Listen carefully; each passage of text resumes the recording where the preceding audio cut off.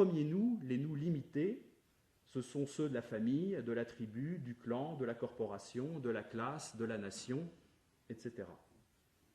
Le second nous, c'est celui par exemple du Notre Père, qui se dit en grec pater hémon, et qu'on pourrait traduire littéralement comme Père de nous, et qu'on pourrait aussi comprendre comme le Père du nous, c'est-à-dire comme Père de ce qui nous permet de dire nous, de dire un nous qui comprend d'emblée tous les humains. Je signale d'ailleurs que la Déclaration des droits de l'homme de 1948 fait référence étrangement à la famille humaine, mais évidemment, pour ne choquer personne, à aucune divinité, et encore moins à un père. Et donc nous sommes en présence de cette chose très très étrange d'une famille sans parents. Et là on rejoint ce que disait Monette tout à l'heure sur la négation du fils de, et on veut une famille une famille sans père. Alors, une évidence, c'est que nous ne saurions absolument pas nous passer de nous limités exclusifs.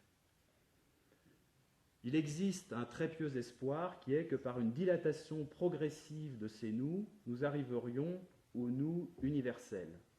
Je prends un exemple de cet espoir dans la conception du patriotisme chez Jules Michelet. Je vous cite cette phrase de Michelet: « L'ordre, une fois senti dans la société limitée de la patrie, la même idée s'étendra à la société humaine, à la République du monde. » Alors Bergson, un peu plus tard, dans Les deux sources de la morale et de la religion, a fait justice de cette illusion. Je vous lis ce que dit Bergson. « Entre la nation, si grande soit-elle, et l'humanité, il y a toute la distance du fini à l'infini, du clos à l'ouvert. Ce n'est pas en élargissant la cité qu'on arrive à l'humanité. Entre une morale sociale et une morale humaine, la différence n'est pas de degré, mais de nature. » Fin de la citation. La morale universelle n'est pas en continuité avec une morale familiale, tribale, nationale ou autre, elle est en rupture avec elle. La morale communautaire vise à la cohésion de la dite communauté, et cette cohésion vise, pour une part, à permettre à la société à laquelle on appartient de se défendre contre les autres. On rejoint aussi une question qui a été abordée ce matin, de savoir identifier ses ennemis. Autrement dit, que l'on s'en rende compte ou non, on aime les siens à proportion qu'on exclut d'autres de cet amour. Alors ça ne veut absolument pas dire que l'amour de l'humanité n'existe pas, mais cela veut dire qu'entre cet amour de l'humanité et l'amour des siens, il y a une différence, encore une fois, je le répète, de nature. Alors, je vous cite encore cette phrase de Bergson: « Que ce soit par Dieu ou par la raison, nous n'arrivons pas à l'humanité par étapes, en traversant la famille et la nation. Il faut que d'un bond, nous nous soyons transportés plus loin qu'elle, et que nous l'ayons atteinte sans l'avoir prise pour fin, en la dépassant. » Et c'est pour ça que je parlais de la déclaration des droits de l'homme de 1948 qui fait référence à la famille humaine, mais sans jamais rien désigner qui dépasserait cette famille et qui en permettrait justement de comprendre en quoi elle est une famille. Il faudrait avoir une famille totalement immanente. Alors, une manière qu'on pourrait imaginer de réduire cette rupture qu'il y a entre une morale communautaire, aussi étendue que soit la communauté en question, et une morale universelle, serait de trouver un ennemi extérieur à l'humanité, qui permettrait de réunir l'humanité en un nous contre un eux, qui seraient des extraterrestres. Bon, alors il se trouve que cet ennemi, jusqu'à maintenant, n'existe que dans la littérature de science-fiction et dans quelques films. Un autre essai de conciliation, c'est le fait de concevoir sa propre patrie comme la lumière du monde. Alors ça a été une tentation qui a été abondamment illustrée dans l'histoire. Dans l'histoire ancienne, on trouve Israël. À l'époque moderne, on trouve la France. Un des chants célèbres de la Révolution, c'était « Veillons au salut de l'Empire ». Et je vous cite la fin d'un couplet: « Plutôt la mort que l'esclavage, c'est la devise des Français. Du salut de notre patrie dépend celui de l'univers. Si jamais elle est asservie, tous les peuples sont dans les fers. » Voilà, donc on a un très bel exemple là de ce patriotisme français qui se veut en continuité, ouvrant sur l'universalisme.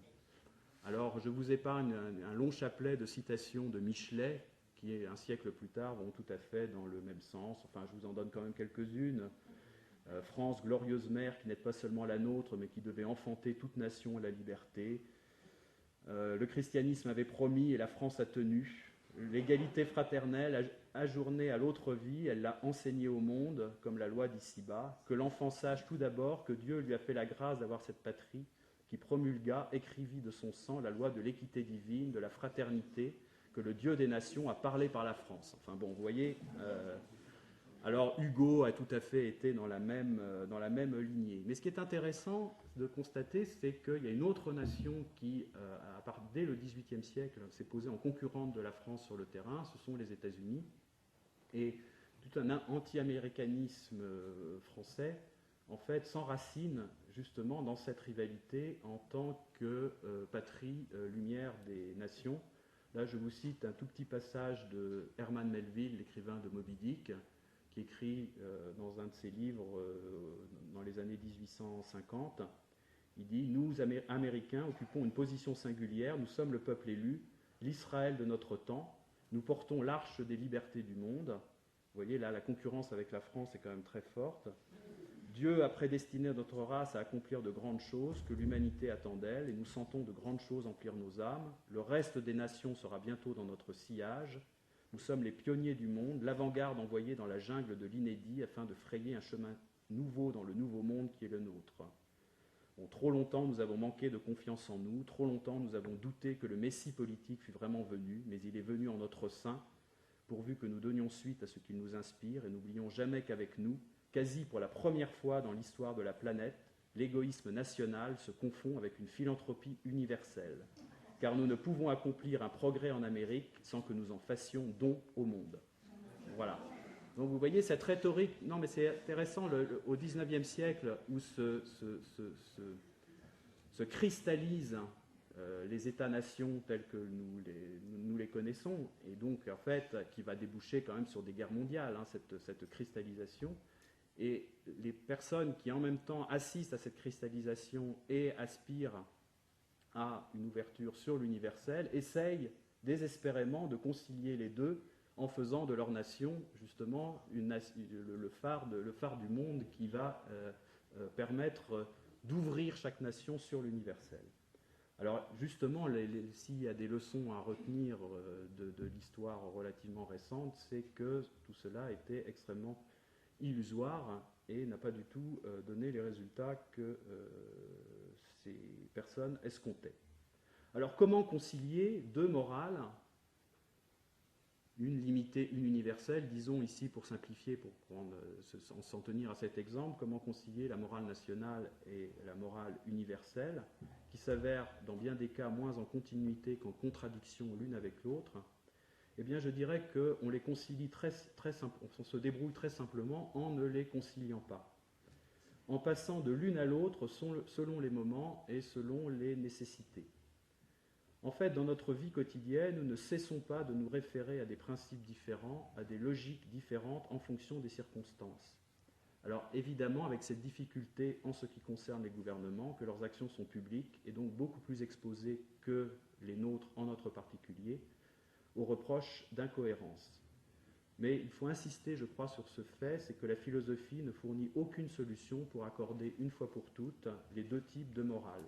Au contraire, il me semble que s'il y a une leçon à retenir de la philosophie, c'est qu'elle indique qu'une telle solution n'existe pas. Alors ce faisant, elle n'incite pas au fatalisme, elle montre que la tâche de la pensée est inépuisable. Je reprends ici une formule de Marcel Gauchet que je trouve très belle, qui dit « L'humanité n'avance qu'en se vouant aux problèmes qu'elle est incapable de résoudre ». Alors, pour faire un petit lien avec ce qui a été dit ce matin, je pourrais dire que c'est exactement ce à quoi on est confronté avec l'Europe. Je dirais que l'Europe a été, après l'échec, dont j'ai essayé de vous donner quelques exemples, de penser une patrie, une nation en continuité avec l'universel, eh bien, en Europe, cette idée s'étant fracassée, on peut dire, tragiquement sur les faits, l'Europe s'est présentée comme étant finalement une manière de pouvoir recommencer à caresser ce rêve à une autre échelle, avec un nous limité d'une certaine manière, puisque en fait ça s'appelle l'Europe et ça ne s'appelle pas le monde, mais en même temps en retrouvant malgré tout, dans le refus de toute définition substantielle de l'Europe et simplement dans une définition procédurale, quand on voit qu'un nouveau pays, pour s'amalgamer à l'Europe, il doit respecter un certain nombre de directives, mais en fait, tout pays respectant ces directives, finalement, est éligible à l'Union européenne. Ce que l'on doit constater malgré tout, c'est qu'à l'échelle européenne, jusqu'à maintenant, aucun nous ne s'est véritablement constitué. Je reprends une formule de Norbert Elias qui disait « Il n'est pas exagéré d'affirmer que pour la plupart des individus, l'humanité comme cadre de référence de l'identité du nous est une tache blanche sur la carte de leurs émotions. » Bon, on peut dire que pour l'Europe, c'est à peu près la même chose. Alors, je me rends compte que, chemin faisant, semble avoir complètement perdu de vue la question initiale du « à quoi tenons-nous ». Finalement, je ne crois pas tant que ça, car il me semble que la perplexité, encore une fois, qu'elle éveille en nous, est due en majeure partie à la perplexité, encore une fois, quant au nous auquel nous appartenons et quant à l'horizon dans lequel nous nous inscrivons et dans lequel nous posons cette question.